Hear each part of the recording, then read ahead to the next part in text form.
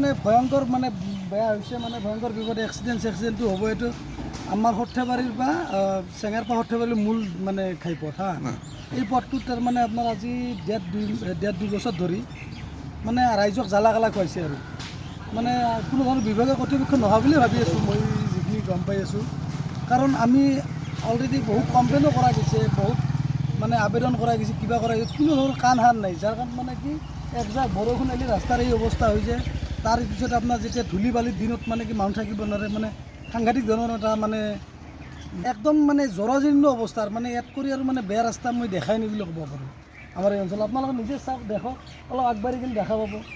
ইয়াত স্কুলীয়া ল'ৰা ছোৱালীখিনিতো আপডাউন কৰে, ইফালে আপোনাৰ বেলবাৰী সৰ্থেবাৰীকে ধৰি মোটামুটিকৈ আপোনাৰ 10-15খন গাঁও আছে, হাজাৰ হাজাৰ মানে মানুহ আপডাউন হয়, লগতে গাড়ী মটৰ আপডাউন হয়। কিমান মানে অহা যোৱা কৰে, ষ্টুডেণ্ট এইবিলাক অহা যোৱা কৰিয়ে আছে। গাড়ী মানে মাজতে এক্সিডেণ্টো হৈছে, বহুত এক্সিডেণ্ট হয় ৰাস্তাত। কি মানে অতি সোনকালে যদি কামখিনি কৰে তেতিয়াহ'লে ভাল হয়। নাই কোনো ধৰণৰ আমি আমাৰ আজিকালি চকুত মানে কি পৰা নাই বা প্ৰত্যক্ষ কৰা নাই, আমি দেখা নাই এনেকৈ।